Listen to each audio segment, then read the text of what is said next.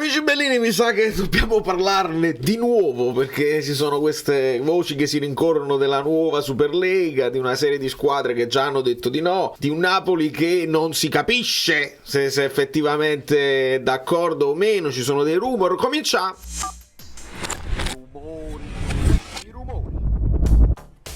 Dobbiamo spiegarla bene, perché adesso le nuove proposte parlano di merito sportivo, ma io non sono ancora convinto.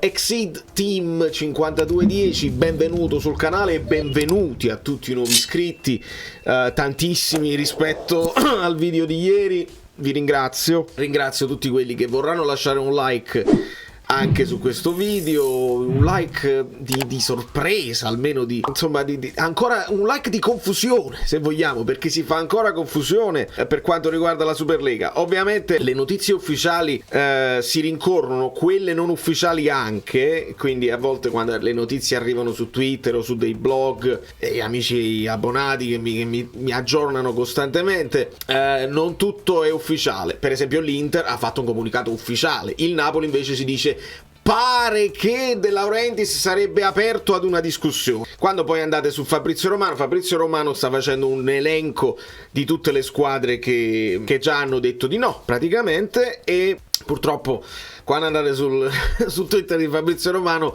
il tweet fissato in alto è sempre la notizia di Elmas, quindi dovremmo cominciare a parlare anche di questo, perché si parla di mercato. Elmas, Zielinski, Samardžić, Mazzocchi, Ostigard, tutta una serie di nomi, Zanoli che si stanno rincorrendo, quindi ne parliamo. Però prima affrontiamo questo discorso della Superlega, perché potrebbe cambiare tutto, assolutamente tutto. Gira un video, perché praticamente spostiamoci con un Amrabat tattico. Io quando vedo una piramide già mi mette paura. Il discorso piramidale non è mai ideale, diciamoci quello che è. Questo dovrebbe essere il format della nuova Superlega, che prevede 3 leghe. Già questo somiglia un po' a Champions League, Europa League e Conference League. Attenzione, con una lega, diciamo questa qua che vedete è la Lega Blu, poi c'è una Lega Gold e poi c'è la Lega Super, diciamo Fantastar, la Lega Star. Il problema è questo, è che si parla di flessibilità, mobilità tra tutte le leghe e ci accedi per merito sportivo, ma dobbiamo capire come e dobbiamo capire quando. Perché quello che ci fanno capire è che le prime 2 leghe hanno 16 squadre a testa, e chi arriva ultimo dei 2 gruppi della Lega Star, per esempio, poi retrocede nella Lega Gold. Chi arriva primo dei 2 gruppi dei 2 gruppi da 8 della Lega Gold sale nella Lega Star. Ok, però in questa lega, questa qua dei pezzenti, ci fanno sapere che 20 squadre se ne escono e 20 squadre entrano ogni anno. Non si capisce se sono le 20 squadre, perché dal video non si capisce, non sono le ultime 20 che si sono classificate, le prendono e le tolgono e poi vengono rimpiazzate da altre per merito sportivo delle leghe nazionali. Quindi se tu arrivi per esempio primo nella Lega Nazionale, puoi accedere, e questo ancora non è chiaro, perché chi arriva primo, di solito noi sappiamo, arrivi primo Champions League, arrivi secondo Champions League, arrivi terzo Champions League, quarto e forse addirittura quinto, perché questa notizia della nuova Superlega arriva comunque contemporaneamente a notizie di grandi cambiamenti. C'è il nuovo format della Champions League, c'è il ranking europeo che potrebbe portare 5 squadre alla Champions League in Italia, e quindi stiamo monitorando il ranking europeo. Nel frattempo c'è questa storia del mondiale del club, che pure aveva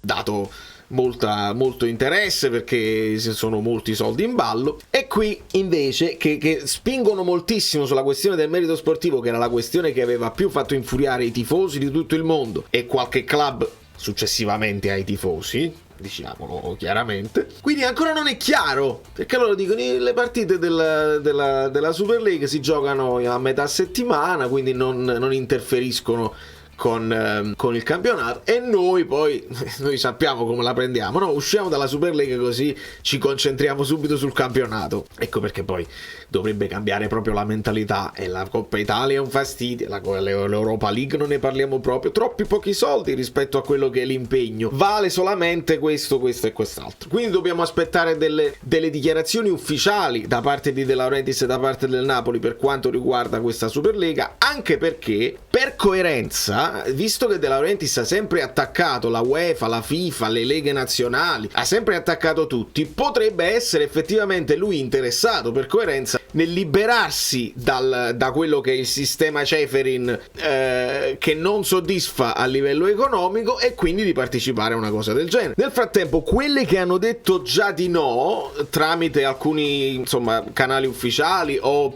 ripostati nei vari blog, abbiamo il Monaco, il Paris Saint-Germain. La prima delle italiane che ha detto di no è stata la Roma. Poi c'è il Dortmund, il Siviglia, il Bayern di Monaco, il Manchester United, l'Atletico Madrid, l'Inter si è accodata con una nota ufficiale, il Real Sociedad, il Copenaghen, e adesso arrivano anche notizie dall'Atalanta. Anche il Feyenoord ha fatto una dichiarazione, dice, però il Feyenoord è un po' più sul forse, che il Feyenoord dice: stiamo leggendo di notizie che il Feyenoord sarebbe coinvolto nella nuova Super League, non abbiamo ancora preso nessuna decisione ufficiale, supportiamo l'ECA. Alla fine molti di questi club ripetono: noi siamo con l'ECA, siamo con la UEFA, e quindi dicendo così vanno contro la nuova Superlega. Il problema è sempre quello: tu puoi anche decidere, perché adesso c'è stata la cosa, dice non si può necessariamente avere il monopolio dell'UEFA. Se tu vuoi organizzare delle nuove competizioni puoi farlo. Il problema è sempre la compatibilità, perché se continua a esistere la Champions League, questo sistema punta a sostituire quella che è la Champions League, l'Europa League e la Conference League. Non c'è dubbio su questo, perché se succede a metà settimana tu non puoi giocare martedì la Champions League e poi giovedì c'hai una partita di Super League, non lo puoi assolutamente fare. Di conseguenza si fa a chi mostra di più i muscoli. C'è Perez con Real Madrid che con tutte le Champions League vinte dietro parla del calcio libero e di tutte le cose, e si punta assai sulla questione: queste partite saranno distribuite gratuitamente su una piattaforma per i tifosi, cioè i tifosi non devono comprare Paramount Plus, non devono comprare DAZN, Sky e le varie piattaforme, sarà libera. Attenzione, quando qualcosa è libero, ricordate che il prodotto sei tu. Per avere una cosa del genere, di questa portata libera, significa, ve lo dico subito, pubblicità a non morire, pubblicità all'interno delle partite. Aspettatevelo tranquillamente, perché come si fa nei baseball, nel football, che ogni tanto si interrompe, poi quello che ti perdi, non fa niente, perché non si può pensare a partite senza interruzione. Pubblicità, se si mantiene così la baracca, così dovete aspettarvelo. E quindi mi devono far capire questo merito sportivo. Il primo anno, facciamo conto che questa cosa passa, ok? Benissimo. Il primo anno chi ci va nella Star League? Ci va chi è arrivato primo nei campionati? Allora solamente, perché sono solo 16 squadre. Allora i primi due, diciamo, per i primi 5 campionati, quelli là importanti, e ne abbiamo 10, facciamo 3 per 5, 15, e ne abbiamo 15 più una, diciamo le prime 3. Di conseguenza poi che facciamo? La quarta, che sarebbe andata in Champions League, diciamo la quarta del campionato italiano, va nella Gold League, che già si può considerare Europa League. E poi queste qua come le mettiamo? Ci mettiamo dentro il Bologna, ci mettiamo dentro il Torino, come le riempite queste qua col merito sportivo? Oppure vale la questione Super League iniziale, cioè quanti followers hai, cioè quanti soldi muovi, perché una cosa è una squadra che ha un brand importante, c'ha storia di roba vinta nel passato anche, e quindi sono automaticamente invitate perché muovono l'advertisement, muovono i soldi che devono arrivare di pubblicità. E quindi come le riempi queste 3 fasce? Le riempi con il brand, le riempi con il blasone, con il DNA vittorioso europeo. Attenzione, parliamo di europeo perché ci fanno vedere la bandiera della comunità europea, ma la Premier League, che non fa parte della comunità europea perché la UK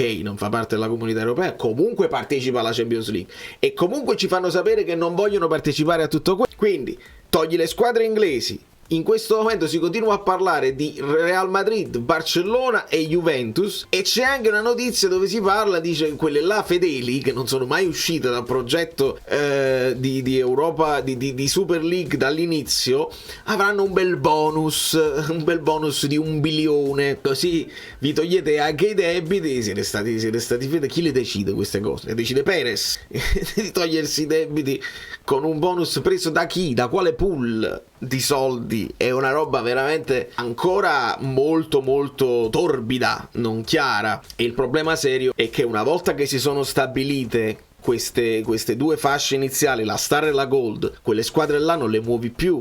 La fascia blu sarà probabilmente per i meriti sportivi, quindi tu arrivi primo, secondo in campionato per entrare nella fascia blu, cioè la Conference League a tutti gli effetti, e non sappiamo nemmeno se ci resti, quanto, se ci resti solo un anno e poi ti cacciano a casaccio random, oppure se devi arrivare ultimo per uscire. Cioè non è chiaro, non è assolutamente chiaro, quindi è inutile in questo momento già di dichiararsi contrari o favorevoli. Bisogna capire prima di tutto come si assegnano i soldi, quanti soldi assegnano a chi, perché sappiamo che De Laurentiis ha questo come obiettivo, e non è la vittoria sportiva, e non è il prestigio, la voglia di portare trofei a casa, è la distribuzione del denaro per quanto riguarda il famoso stadio virtuale. E quando De Laurentiis sentirà che la piattaforma che distribuisce queste partite ai tifosi è free, è gratis, io sinceramente non lo so, visto che si era lamentato per come abbiamo venduto i diritti della Serie A per i prossimi anni,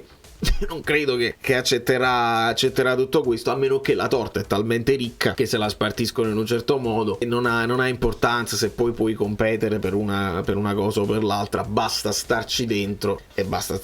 Cioè, in un anno pazzesco dove tu hai fatto delle cose straordinarie l'anno scorso e dovevi mantenere uno status almeno, non dico di sorella, ma almeno la prima dopo quelle tre che sono sempre quelle che comandano in Italia, te ne scendi, rischi tantissimo. Adesso vediamo con la Roma, non c'è la conferenza di Mazzarri, quindi se volete divertirvi a farmi domande su Mazzarri per domani, fatemele. Io sono veramente avvilito. Sono avvilito per quanto riguarda la gestione del Napoli, e anche gli addetti ai lavori che non si lamentano, che dicono il motivo è questo, e che già parlato infrasettimanale.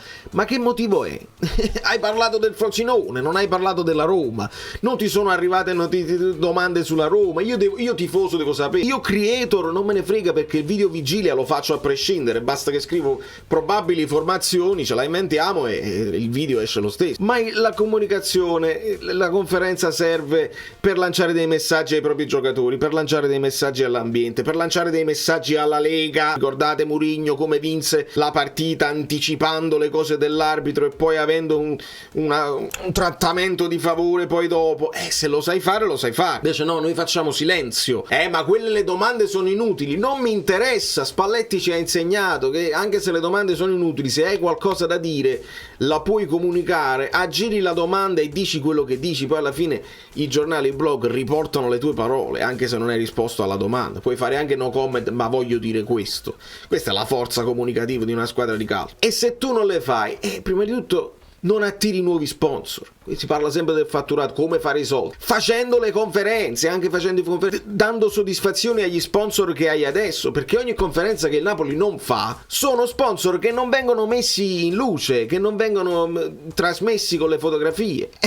Quindi ogni sponsor hanno già pagato tutto, aspettandosi un'esposizione mediatica di un certo tipo, cioè un numero di conferenze pre, un numero di conferenze post partito. O hanno già pagato e quindi sono scontenti, o pagano ogni volta che vengono in sovraimpressione, che vengono esposti, e quindi stai prendendo meno soldi. È una follia non fare la conferenza, non è inaccettabile.